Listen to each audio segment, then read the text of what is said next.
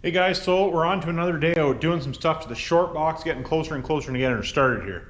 So I'm actually taking this valve cover off for now because I'm going to have it powder coated. So I'm just going to throw a stock one back on. I guess that is a stock one just for the industrial version because it says Cummins on it instead of Dodge Ram something. I can't even remember. Anyways, while I had it off, I wanted to talk just quickly about something. So when you guys are doing, any of you guys are doing 24 valve stuff, if you are starting the thing for the first time, I'll be starting this in the next day or so, hopefully.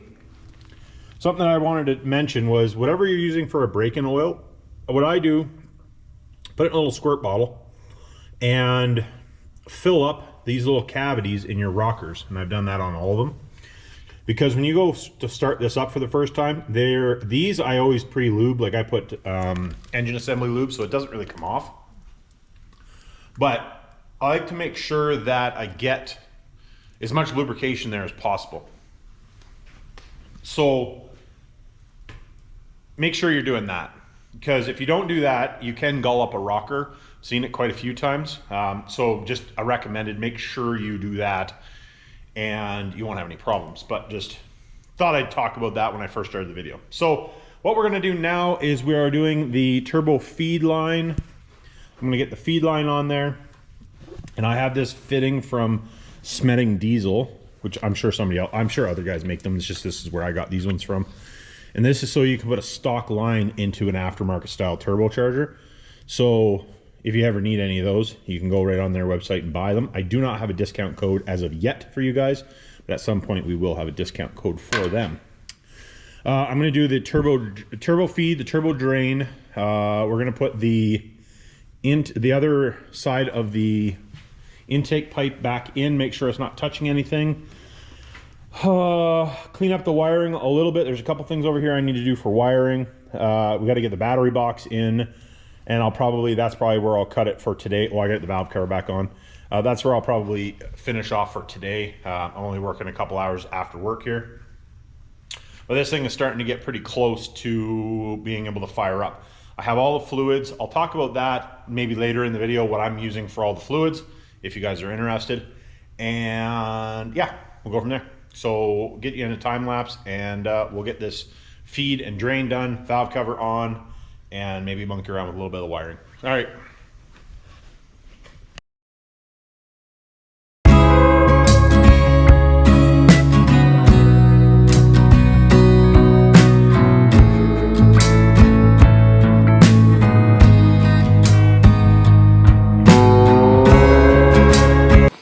You guys have never done one of these, they're super easy to do.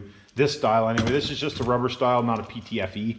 I have showed doing PTFE as well. All you have to do is take this and get it wound onto your actual hose. Has to be the right size hose, obviously. And then all I do is put a little bit of WD-40 on the threads, on each of them. Put a little bit of WD-40 on the threads, and then a little bit right here as well, is what I do. And something super handy, if you guys have never seen it, these easy straw reach things. I wouldn't use it all the time because the cans are relatively expensive for what they are, but if you need to get into a spot that you need to actually spray, these things are super slick.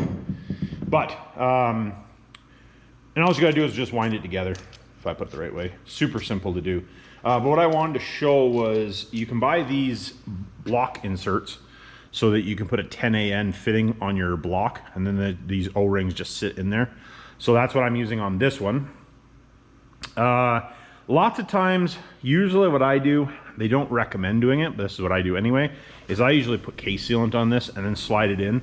I personally have never had it happen, but I've seen it once on a Instagram post that this popped out on a guy, and I think he probably had crazy block pressure was likely the issue, but I don't know, one of those things. I've never had one pop out, so I've started using case sealant. On this one, being we're gonna have a negative vacuum on it all the time, I'm not gonna worry about it. But we're gonna put this in the block, and then I'm gonna measure the hose out so that we can get this drain hooked up. And it'll be just one less thing that needs to get done for this thing. So.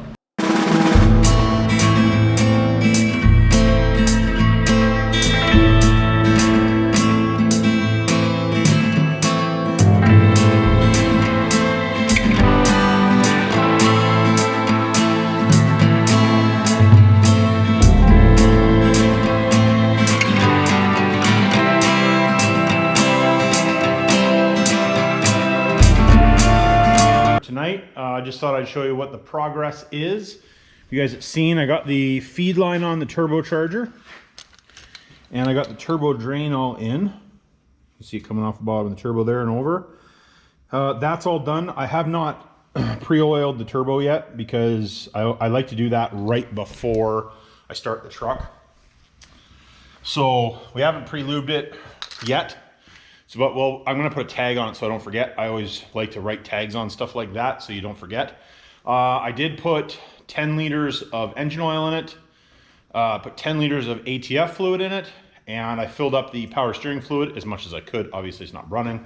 So we will have to add some more to the engine oil. We will have to add more to the transmission, but that gives us a good start. The transmissions, one thing for you guys, if you're filling the transmissions up, especially from new or rebuilt, is that if you put too much in them, it'll actually spew out the overflow, especially when you first go to start it. So I just like to mention that. This has a double deep pan on it, so I don't think it would.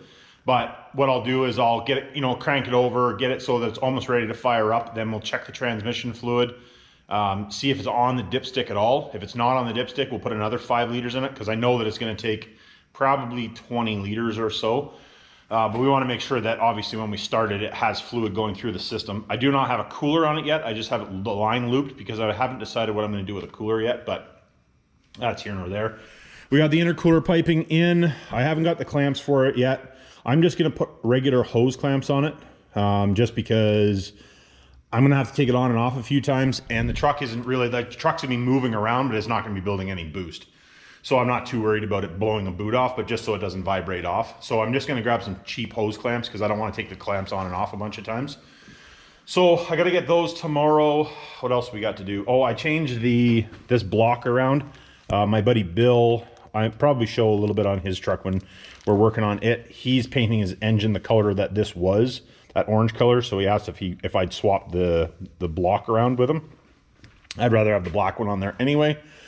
And got the valve cover changed. That's pretty much it for today. Not super exciting, but stuff that has to get done.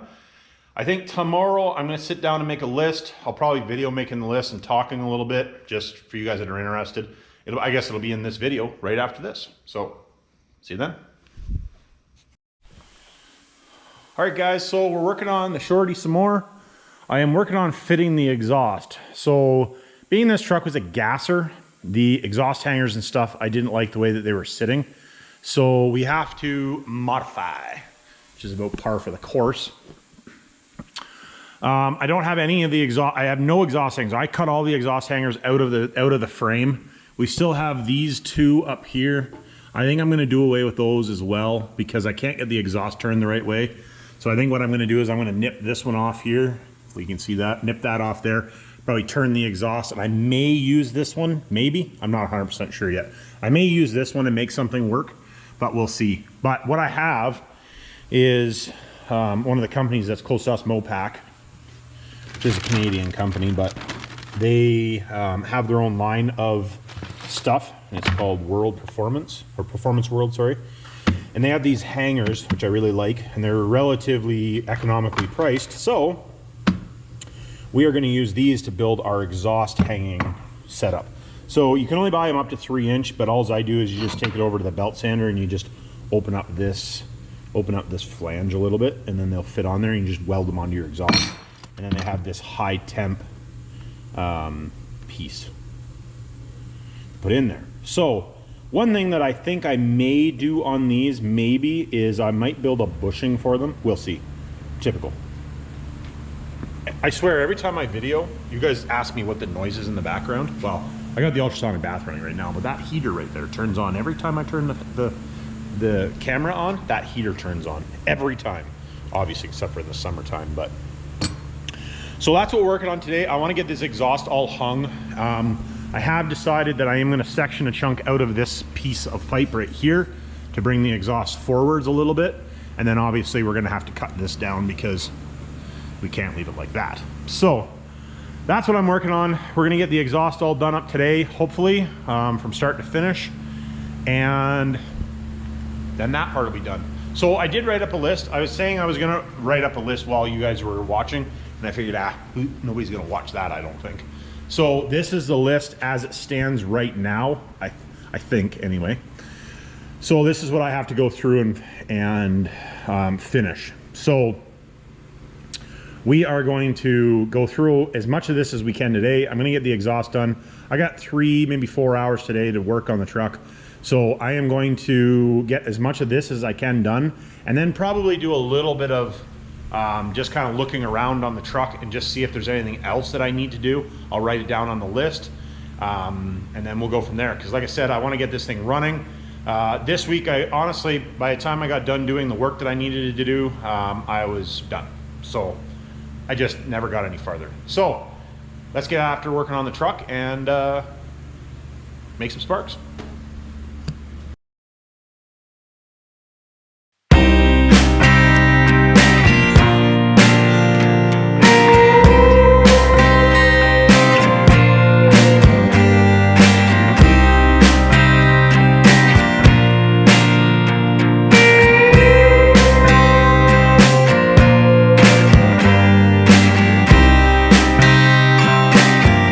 2.5 inches out of this joint, which just like I said brings the exhaust a little more central on the rear piece of the box, and I like that a lot better. I cut a bunch off the end of the pipe, obviously looks way better. Probably could cut a little more off, but it's way down inside there, so I'm not too worried about it. You won't even, after you run it for an hour, you won't even be able to see it in there. I got the exhaust basically sitting exactly where I want it to be. Now I just have to make up the hangers and stuff. The only thing I don't like about it, which is just the way the downpipe is, and I don't think I really want to cut the downpipe to fix it. I don't know if you guys will be able to see that. Well, it sounds like Jason's back. Hear the rattler. Is, see how the exhaust, well, I don't know if you guys will be able to see that or not. The exhaust goes and then it kind of kicks, the downpipe kicks that way a little bit. Kind of kicks that way a little bit. There's not really much I can do about it though. I guess I could cut it off, but that's where it needs to go, so I don't 100% know what to do. I guess I could cut a little piece out of this, but I don't know if it bothers me that much. So I don't have a clamp on it. It's not going to rattle. It's not touching anything. I think it'll be okay. So now all I got to do is make up the brackets to actually hang the exhaust with, and we're good to go. So that's what we were working on next.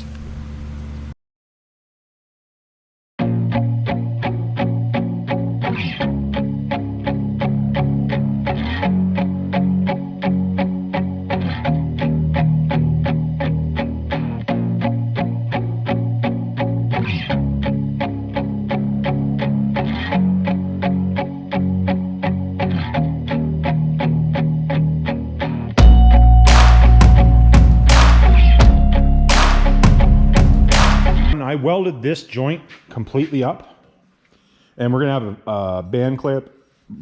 Sorry, we're gonna have a lap clamp right here. And then I got these two hangers, the two different style hangers, welded on here. Obviously I used two different style hangers. I really like these hangers, but I couldn't make one fit where I wanted to here without screwing around. So I just ended up using one of those here, and then we used another one of them back there.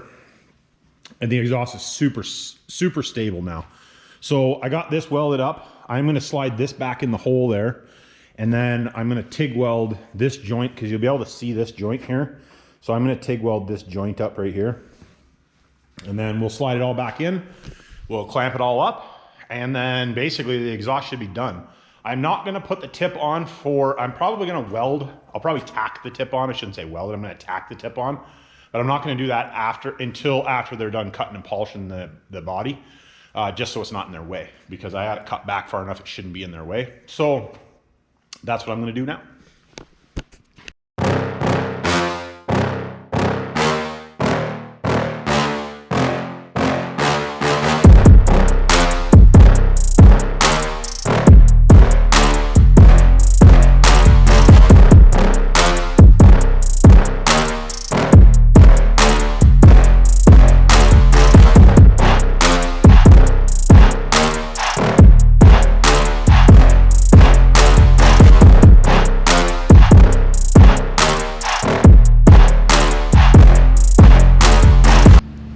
I don't like the way tip is sitting on there, but I want to get it on the ground before I set it in stone.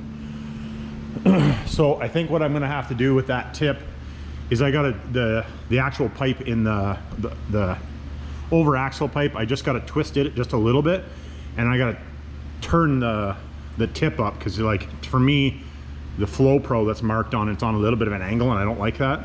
Problem is that when I tighten the clamp on the actual tip, it pulls it down. So I'm gonna have to loosen it, tack it in a couple spots, and then tighten it, I guess, just to get it straight. But I want to have it on the ground, get it on a flat piece of ground, so that I can make sure it's in the right spot to suit me.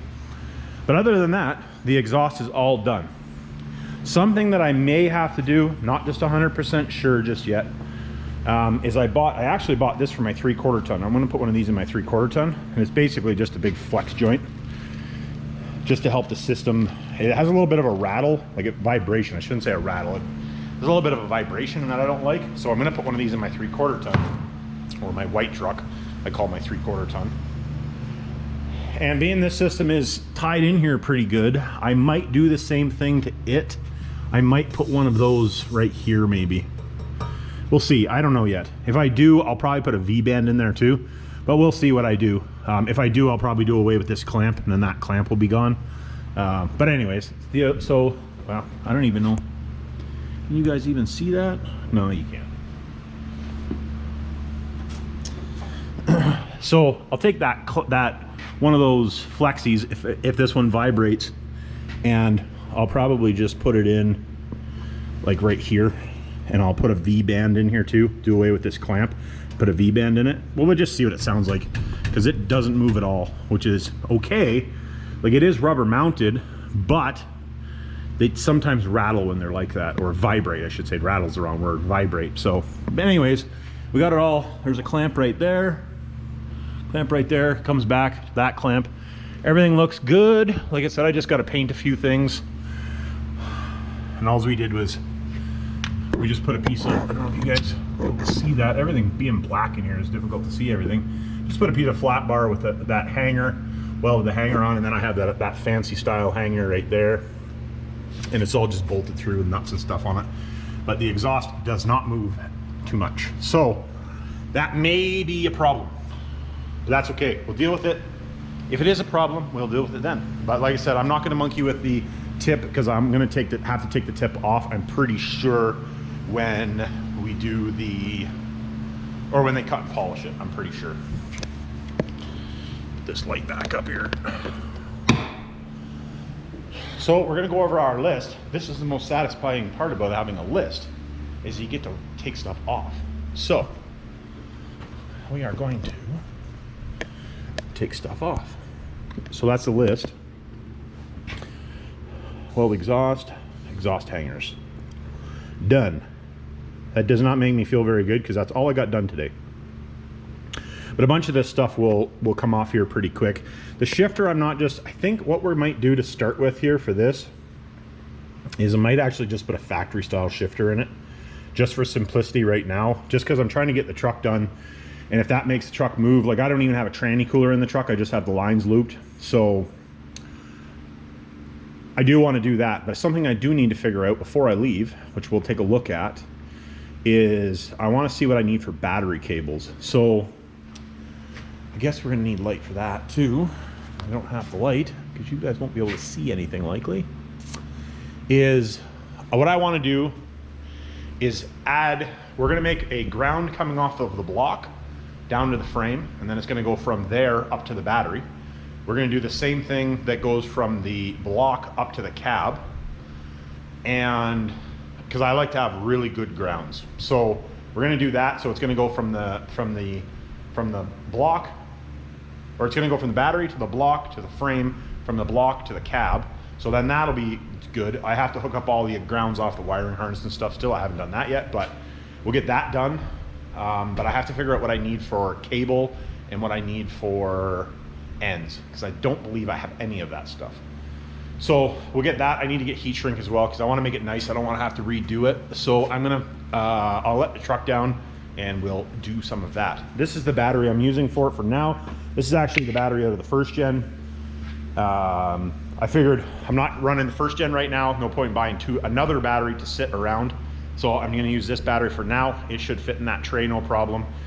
And I haven't decided what, I don't think I'm gonna leave that tray in there. I think I'd like to build a different tray, but it might not be this year. It might be next year when I build the tray, because I got lots of stuff on the go this summer. Between doing Miles of Mayhem and doing some race stuff, getting this thing done, getting the first gen all back together, changing the shop around, and potentially buying an acreage. I got lots of stuff on the go. So hopefully get everything done this year that I want to get done, but we'll only find out at the end of the year. So let's go back in time lapse and we'll check the battery stuff. All right. So for the most part, the battery cable setup on this thing is going to be pretty simple. I want to try to make it as nice as possible. I just don't know exactly what we're going to do just yet. But I think what we're going to do is we're going to come off of, this is the negative, this is the positive. We're just going to come off, and the battery cable is just going to go and then down there. The other one, positive, is just going to go down there. We have to come off here, go to the junction box, or to the junction box.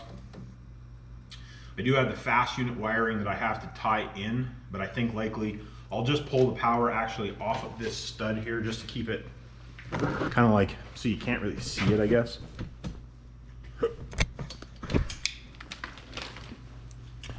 I'm just going to pull it off this stud, because this is basically, you're just going to come off here, go down to here, and this goes to your alternator. So there's lots of extra power here, and then we can just put the relay up here with these other two relays. And that should have that done, because that's really the only extra, as of right now, that's kind of the only extra add-on that we have to the truck is the fast unit. Yeah, other than that, we're pretty much, we're starting to get close. Like, I realize there's quite a list on there still, but we're getting pretty close as far as all the different stuff is going. So we will see. I guess at this point, I just got to figure out where I'm going to get the cables and stuff for that. Maybe I might buy them locally.